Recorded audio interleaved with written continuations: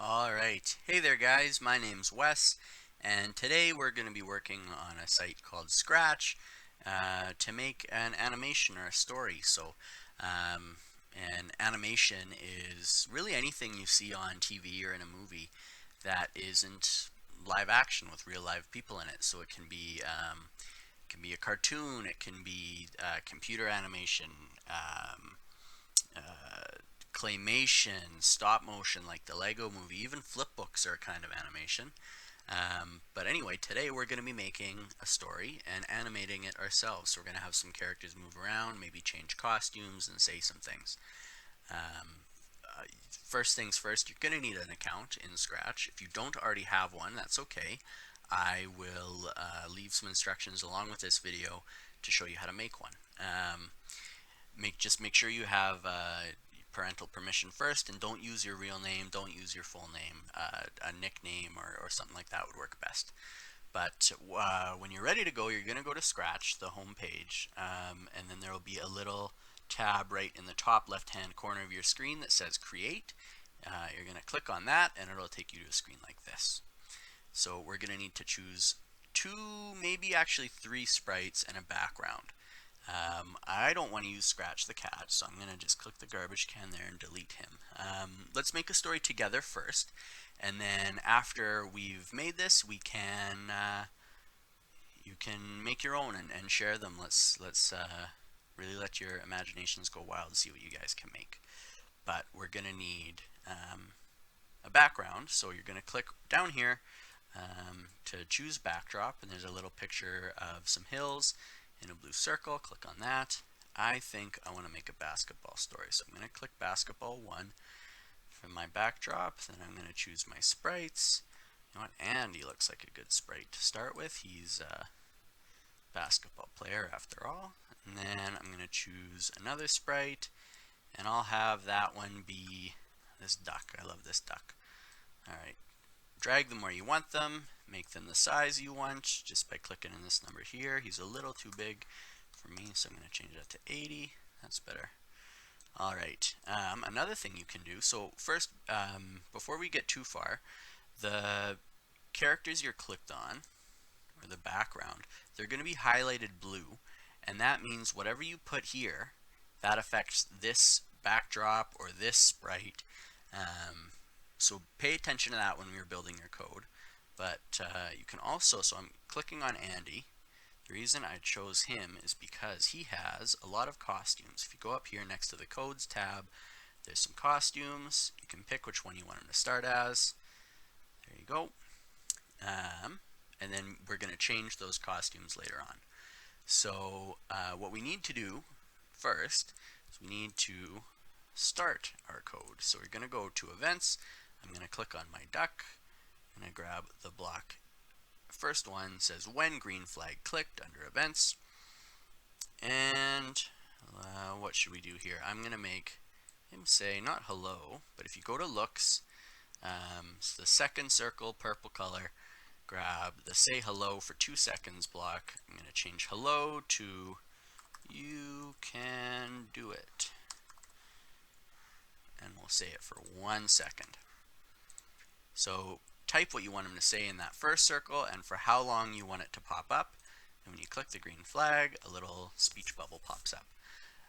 Then we're going to go back to events, and these three, well really these two blocks right here, when I receive message 1 and broadcast message 1, that's what we're going to be using a lot of today. So we'll first grab this broadcast message 1. It might not say message 1 if you've already typed something else in there, but you need the when I receive block and broadcast block today. So we're going to click on message 1, connect this block right underneath say you can do it, change message 1 to let's say shoot. Okay, so when green flag clicked, say you can do it for 1 second and broadcast shoot. So then we'll click over to Andy.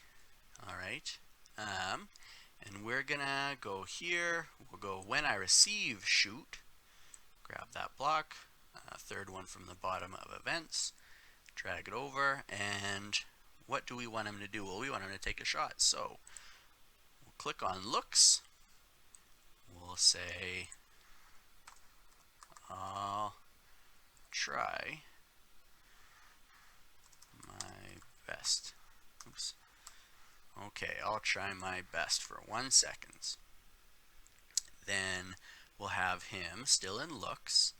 Let's have him change his costume. So we'll grab the switch costume 2, snap it right under, and oops, that's not what we want him to do. We'll change it to, I think, costume B. Yeah, okay. So, also, you know what? So when we click our green flag, he's going to be stuck like that. So we need to grab an events block, when green flag clicked, go back to looks, we'll grab another switch costume 2, and we'll switch him back to Andy C. So he always starts as Andy C. Then he'll put his arm up like that to take a shot, but the basketball just disappears. And I don't know where he shot the ball to, maybe to the moon, but we're going to need another sprite. So we're going to click on choose a sprite. I'm going to grab the basketball. It's a little too big. I'm going to drag it where I want it to start and set the size to, let's say 60. That's not too bad. Alright, drag it to where you want it to start. Then, so kind of like how Andy, he starts as costume C and then we switch him to costume B. We're going to want this ball to start right there. So grab when green flag clicked, under events, then go up to motion, the top blue circle, grab go to X and Y. So let's go to X, white circle, Y, white circle, the circles all have numbers in them. These numbers here are your X and Y coordinates. Think of this whole thing as like a grid, and there's like squares all over it, and each square is a different number. Up and down is Y, left and right is X. So your X and Y values are displayed right here. If I move this ball over, they change. Wherever it is, that's the numbers that represent it. So get it to the spot you want it to start at, and it's gonna,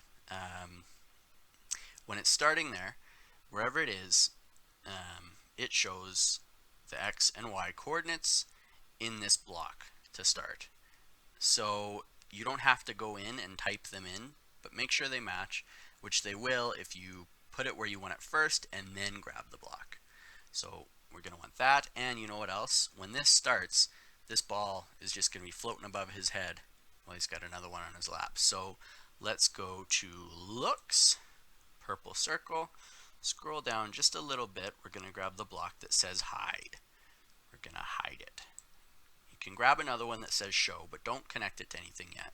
Just saves us from having to come back here in a little bit. So now when this starts, the ball is still floating right there. If you click on your basketball down here, you can see it highlights blue. And so it really is there, we just can't see it. So anyway, Andy is going to switch his costume. Click back over to Andy. He'll say, I'll try my best for 1 second, and switch his costume so it looks like he's taking a shot. And then we need to broadcast a new message. So go to events, grab broadcast shoot, and let's change shoot to ball. So he'll say, I'll try my best, he'll take a shot, and then he'll broadcast this message. And when the basketball, click on the basketball, when it receives this message, when I receive ball, we're going to show it first. So if you click on the top, it'll show the sprite there. But we want it to show, and we want it to move over here and down into that hoop. So click on the basketball, drag it over, all right where you want it, and then go to motion. Okay, so you're going to grab the go to X and Y block, grab it, drag it over. So it's going to start there. Oh, you know what? That's not the block I want. Sorry. So get rid of that go to X and Y. What we actually want, because it'll just, I'll show you what'll happen. When we receive message ball, it just goes right over there. Watch. Yeah, so it instantly. But if we want it to move over there, we're going to grab this block. Right underneath it says glide 1 seconds. Oops, not right underneath, 2 below. Glide 1 seconds to X and Y. Not random position, to X and Y. Grab that, put it right under show. 1 second is a little too long. I can change to 0.5, so it's half a second to this spot up there.